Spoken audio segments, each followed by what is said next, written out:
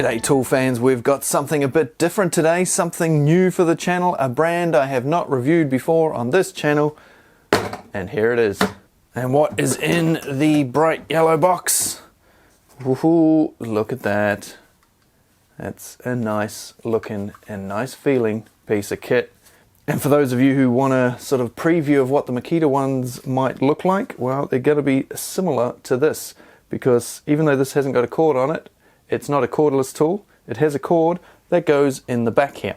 And you've got your vac going on the bottom there, very similar to what the new Makita ones will be.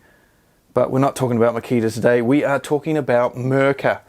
Got to be careful how you pronounce that, Mirka. Could sound like something rather dodgy. But not only am I looking at this today, we're also going to take a look at this. This is the drywall sander, or sheetrock sander, jib sander, plasterboard sander, whatever you wish to call it. And it doesn't really fit on the screen here. Let's just spin it around so you can see the other end. Nice, sleek looking unit. And we will be putting this to the test, but unfortunately, I don't have any jib that needs to be done at the moment. I will have shortly, but I've only got these for a limited length of time because I didn't buy them. I'm just borrowing them from someone. And so it's a beautiful day, the sun is shining, I feel good, no one's going to stop me now. Oh yeah, let's go outside and see if we can find something else to do, because it's not just a drywall sander. I mean, it's just a random orbital sander on a stick, right? So you could sand anything with it. You could sand your deck with this, or you could do what I'm about to do. Now I am going to sand this screen here, which I oiled with a pigmented oiler.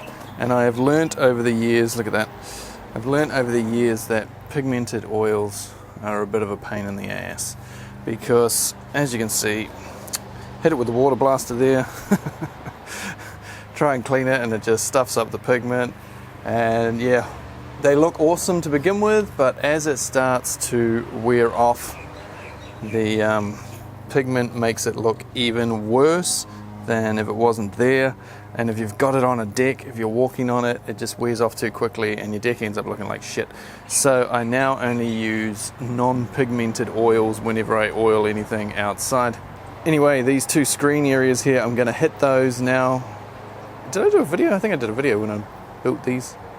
Oh, there's a big moth. Look at that big moth. What are you doing, moth? What are you doing? Hey, what are you doing? I am going to hit them both with both sanders and just have a play, see how good they go, and hopefully, I mean, this one I could do without the long pole sander, but if I can use it to sand the bottom without having to bend over, then sweet. I've got the 125mm or 5-inch pad on here at the moment. I'll show you how easy it is to change to the 150 or 6-inch shortly. Got an 80 grit disc on here, and we're gonna give this a sand. Now I've got it hooked up to a vac. I've got it hooked up to the Makita vac because the person who lent me this didn't want me dirtying up their Mirka vac. Fair enough, I can be a bit grubby sometimes. They know I might end up sanding asbestos or something. So anyway, I'll turn on the vac and we'll give this thing a whirl. Sounds so nice and quiet. Let's ramp it right up. Right, it must be on top. That's got some welly, eh? Let's go.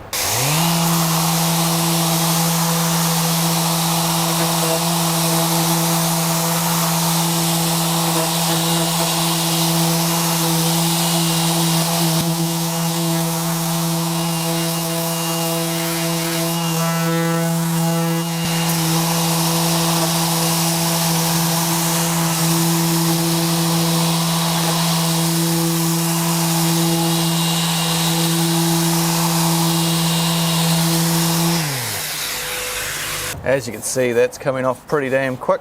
That's Vitex there, this is Aqua. That needs a bit more work than the Vitex to get everything back to looking good. I want to get it back to that color.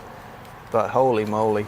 First thing you notice, when you use a good quality product, so comfortable to use, so little vibration, does the job well, and does it comfortably. We'll talk more about that in a minute and how important that is. Look at that. Just one simple pass, it took that back so quick. Ooh, real nice. Let's try that same thing with my favorite little cordless sander here. So same diff, same exact pad, It's a 125mm, all identical, same speed, same vac settings. Let's see how this does, just a slow pass like that last one. That's pretty good. Didn't seem to have taken as much off, but not bad. And I don't know, how fast I did that compared to the first one. Having the extra weight of the battery though, a bit annoying. What about the 18-volt Makita on full whack?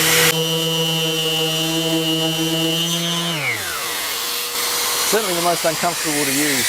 It'll be nice once the new 40-volt ones come out. Is there anything like that Mirka? Then giddy up. Once again, not the most scientific test in the world, but the Mirka one in the middle here, I can see significantly better on this Vitex than these ones were. But of course, a lot more testing to be done. So let's get into it. But I want to try out the sander on a stick. So with the pole sander, we are of course bumping up the diameter of our sanding pad. We are now coming in at 230mm. That is a 180 grit Abranet. 180, I know the last one was 80 that I was doing, but only got 180 ones for this, I'm afraid. Let's wind this puppy up.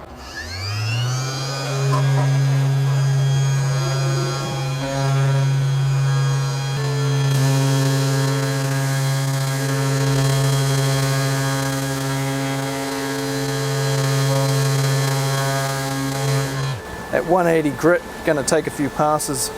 Wish I had some gruntier discs, unfortunately I don't.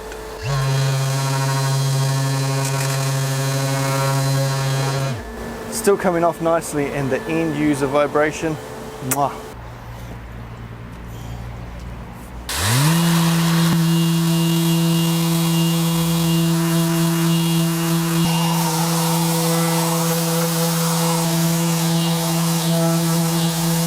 So I just timed that to see how much work I'd get done in 10 minutes. Just realized I haven't the top up here.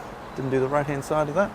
Anyway, that's 10 minutes worth. Each one of those boards is 90mm wide and just over 2 meters long. So it's about 18 linear meters there in 10 minutes of trying to get off old grime and oil and just weathering. Yeah, so I'm pretty happy with that. Got a little bit of tingling in my right hand, but I get that very easy these days anyway, due to my bloody tennis elbow and stuff. So not too worried about that at this stage. And that's about, how many have I got to go? Thanks, Mr. Motorbike. About the same again to go. 1, 2, 3, 4, 5, 6, 7, 8, 9, yeah. So we're halfway. Hopefully when I put the new oil on this that isn't pigmented, we'll be able to see some of the color variations better, because the pigmented oil muted that somewhat, and of course weathering has done that as well. But the Aqua, this board here, every second board they alternate, so it's Vitex and Aqua, and the Aqua, when it's sanded right back, is quite pink. So hopefully this will pop a bit better once I've sanded it and oiled it without the pigments in it. But now I'm going to try the 150mm disc on this and just see how that feels. I will of course go over this again with a finer grit. I can see the swirl marks on this. We'll talk about that more shortly. So come inside with me and I'll show you how to change that. Spanner, slip her in, find the locking point, there it is, and then done. Simple as that. Just give her a flick of the wrist and you're away. Take the 125 off. So put on our 150, shove that back in there. Done. Let's go. We will first put this on. Now look how many holes are in this. I mean, so many sanders have nowhere near as many holes as that. If we take a look at this, this is the Bosch. Geez, that's stuck on tight. Good Velcro on there. As you can see, that's a pretty standard pattern for dust extraction on random orbital sanders. But this one here, look at all this. Not only that, we've got holes in the side of the pad to help that airflow really shoot through nicely and get as much dust as possible. Right, how on earth am I going to line up that many holes? This pattern isn't 100% sort of in line. This is in line, then that one's out of whack. These ones sort of in line, so it's, you gotta really have a good look at it before you get it in the exact right spot, like so. Now, got a few different Abranet pads here, so we're going to go with this one. It is a Mirka branded one, P80, so 80 grit, same as what we were doing with the 125. Let's go, see how the vibration is with that, see how she cuts the wood, and see how comfortable it is.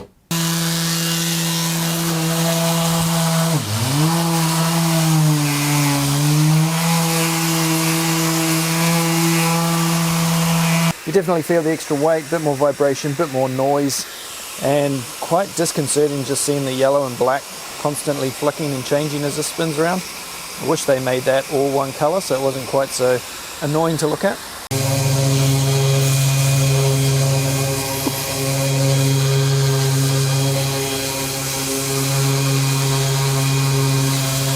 Now, of course, what I'm doing is not the ideal application for this tool because these boards are not all level, so this one tends to hit the high patches and not do so well compared to the small random orbital sander for doing this particular job.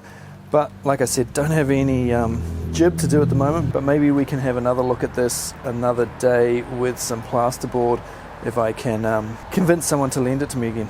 Right, getting there. I of course can't get in tight in these spots here because it's a round disc and it's orbital, so it keeps bouncing off, of course.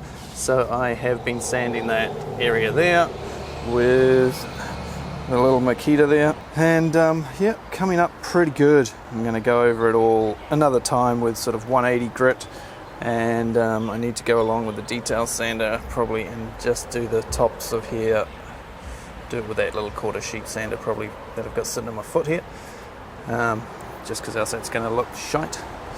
Won't bother doing the undersides, but we'll do the top of each one. And I was potentially thinking about leaving this bit so that when I get the new Makita XGT ones, we could test it out on there and I could see how different it was, put them side by side in the video.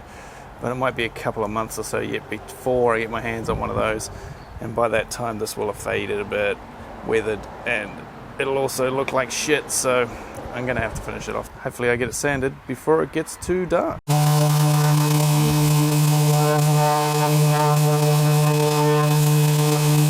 So it was about 18 minutes, including a pad change, to do that bit there. Pretty damn good to get it to that level.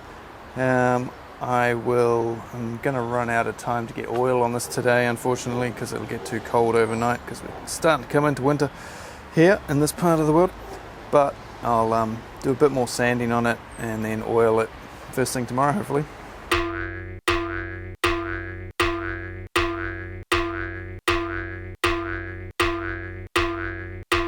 Well, I think that looks pretty shit hot, even if I do say so myself. I'll probably give it another coat later on today in a few hours time, so I can see it soaking in a fair bit, especially in the aqua. And then yeah, hopefully won't have to touch it for a few years. Anyway, while I'm waiting for that to dry, let's go back to the bench and I'll tell you some more features about these things. Now, when I was using this larger 150mm pad, I noticed it was a bit more vibrating. You know, I could feel the vibrations more, particularly on the top speed.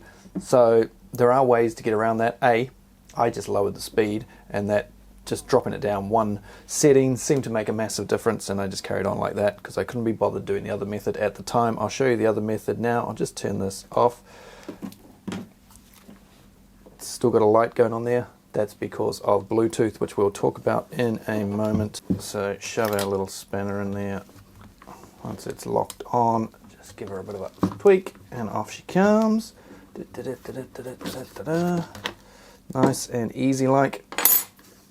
Now under here we have three, let's zoom in, three little holes here, and it comes with a small Allen key, 3 screws and 3 little hex nuts. And by putting those in those holes, depending, it tells you all in the manual how to, like, where to put them depending on what you're doing and stuff. So you basically put a screw in there or a screw and a nut depending on what you're doing. Basically you don't need it if you're not using what they call an interface. So like this, I've just been using it, and as you can see we have an interface here See, I don't need that when I'm using this style of pad. This is sort of designed for those Abranet pads, these ones. So as you can see straight through these, so the dust goes straight through them. So you put this on to save your main backing pad from getting too dusty and stuffed. Not only dusty, but because these are basically see-through, and so the little hooks and everything can go straight through these, and you can just sort of end up grinding them straight off. So you put that in between. When you've got that in between, more vibration. So that's why you may need to add one of those to this. But if you're just doing it straight onto the backing pad without this interface, this intermediary pad, you're just going straight on, bang. You shouldn't need to do those, not on the 125, not from what I've found anyway. I found the 125 was all good, but once I got to the 150, yeah, maybe might need to start doing those. It'll all depend on the application, the grit, the type of pads you're using, all sorts of stuff. But yeah, if you want to really nail down that vibration and get rid of it so that it's not going, if you're using this all the time, you're going to want to do that just to make sure it's as comfortable as it can possibly be. It's a nice little feature, very simple. And if that's all it takes to get the vibration working perfect for you, then that's pretty good. Now let's talk about the Bluetooth and the app. Actually, before I do that, I'll show you one other little feature. We better put this back on, eh? Very easy to stick on and off. Bang, on there. Wind it back on. Tweak, done. Easy as that. Whack on your pad, line up your holes. Boom. Now while I was using it in the video that you've just watched, I was using these to control the speed, because I think that's the best way to do it if you're not used to the sander, because just going up and down when you feel you need to, and then you push down on the trigger thing here on the top with your palm and away you go. But there is another option, which is what it's currently set on. So if I turn this on now and I push down on here,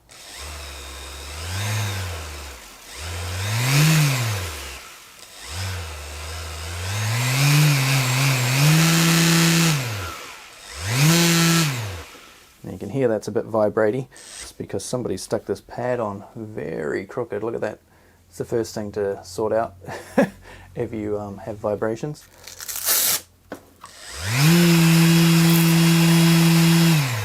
A lot better like that.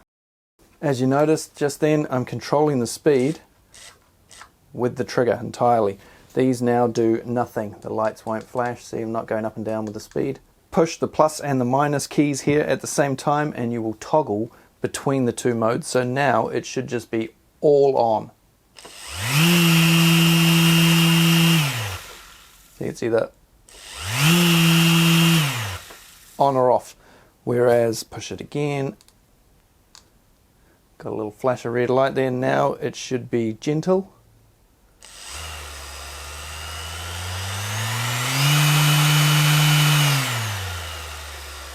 So I would call that mode professional mode, because you've got to be well used to the tool before you want to start controlling it just by wiggling your hand around, because it can be a bit disconcerting at changing speeds on you as you adjust your hand. But we can just push that again, and then no matter where you have it, once it starts, full whack, or whatever setting you now put it on. Via these we can go right down to low. That won't go past that. And when you have it hooked up to the app,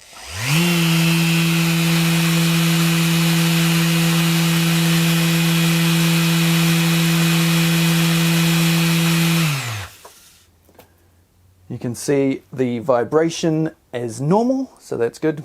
It's going to be, because I've got no pad on there or anything at the moment and we're not actually doing anything. The RPM of the tool and the total usage time, you can see I've been sanding with this thing for 1 hour and 16 minutes. Could have sworn it was longer than that, but that's the runtime of the tool according to this. Now under settings, there's just an always on or always off feature for the Bluetooth. And under details, it's got the serial number of the tool, your account if you've signed in for this thing and logged in and everything, so I won't show you that because I don't want you seeing my detail. And the model of the tool and all that sort of stuff. And if you want to know the model of the tool, let's have another zoom in here. There it is, the Mirka Deros 650. Now there is a lot of different ones. Some are designed just to be 125 or just to be 150 or 77 millimeters as well, I think. and this one is designed for both the 125 and the 150. It's 350 watts, which doesn't sound like a huge amount, but plenty of power. You know, I tried stalling it and it, better turn it off, and it didn't stall with the small disc. When I put the 150 on, I could feel it slowing, but I didn't want to damage the tool, seeing as it's not mine, so I didn't push it too much. But it's a nice little tool, and it would have been awesome if we'd had another couple of tools to compare it to, but the one I want to compare it to hasn't been released yet. But I would very happily own one of these. Complaint-wise, well, there isn't really any, apart from this isn't, for the price, this isn't the nicest clamshell in the world. The plastic's good quality, of course. It's PA66, 30% glass. So it's, you know, and the overmolding's nice. It's just got it where you need it. No fluffing around, no extra stuff. It's a good size. Might even be a bit small for some guys. I sort of stick my fingers in there when I pick it up, and then whack my hand on there and sort of have my two fingers there, as you can see. It's a nice, light, easy tool to use, but just this clamshell here is a bit sharp. It's okay at that area there, but there, like, there's a little ridge. They could have finished that off, filed that off a bit nicer for the price of this tool, because this is not a cheap tool. This is not an entry-level tool. This is for your pros. This is for the guys that are sanding all day, every day, as part of their job and want a good bit of kit. One of the best around. And when people say things are ridiculously overpriced or expensive, they're not if you use them all the time and you like the tool and you're comfortable with the tool, and it gives you less vibration and it gives you less service downtime and all that sort of stuff, then it's 100% worth it. And the dust extraction on this is very good. I know it looks a little bit dusty here because I just did a quick little bit without the dust extraction on it, and that's dirtied up the tool, but the tool still looked brand new while I was using it. Through sanding that whole screen and everything, because the dust extraction, like I say, is very, very good. Look at all those holes. There's a lot of holes there. Very, very good for dust extraction. Now let's have a look at its longer mate. Now unfortunately I don't really have the time or the job available at the moment to test this thing, but they're both 5mm Orbital, as I'm sure I already mentioned. Quickly just talk about this one again. So 5mm, this is basically like a rough sander. So if you're doing finishing stuff, you wouldn't necessarily use this one. You're better off getting the 2.5mm. So like I said before, how there's different pad sizes, there's also different degrees of orbital action. So this one goes 5mm. I mean, you saw the pad spinning around there before, and a finer version would only go half that. So you end up with not so aggressive sanding. So if you want to sand stuff quick, you want to rip off a lot of material, then you're better off with the 5. If you're doing fine finishing stuff, then you might want the 2.5. Ideally you have both, of course. The 2.5, if that's the only one you're going to get, is going to take a lot longer to remove material than the 5. The 5's quicker, but the 2.5 is going to leave a nicer finish, give you a bit less vibration in your arm and hand as well. Anyway, back to this one. So like I say, I haven't really got to use it the way it should be used. Maybe I'll be able to use that in a future video, we'll see. It doesn't have an extendable handle, but it's a bit tricky because of the length of the thing. Let's see if we can just swivel this over here a bit. If we take a look down here at the handle end, there is a hole where you can put a pole up so that you've got an extension on this thing. So I did a quick little test and can comfortably sand to 2.7 meters high if you're 6 foot tall. At a push, you can sort of get it up to about 2.8, 2.9 meters. So around up to the 10 foot sort of mark. I bunged a pole in there, but kept one hand on the tool. That gets you up to about 3.3, 3.4 meters. So if you were just holding the pole and you were balancing on the pole, well, as long as you can hold it, you could do it sort of thing, but you're not going to be able to get much pressure on it. So the best with one hand still on the tool to control it nicely, about 3.3 meters or 11 feet or so. But maybe we'll get to look at that sander again in another video. But for now, I am done. Hopefully, coming up after this video is going to be the XGT version of one of these. That'll be out tomorrow, if everything's gone to plan. I'm filming this a long time before the XGT one comes out. So fingers crossed, everything lines up and I get to put this out the day before the XGT one. That's why the XGT one was not compared to this in this video. When you watch the XGT one tomorrow and you go, hey, Tools, why didn't you compare it to the Mirka? That's why I've had to give this back to its owner long before I got my hands on the XGT version. Anyway, that's the Deros, that's the Leros. I'll put some links down below if I can find any, and there's Patreon and all sorts of other things down there. Thank you for watching. Yeah, nice tools. What else can you say? They're good tools. It's a good little finish sander, huh? Come on. See what I did there? Yeah.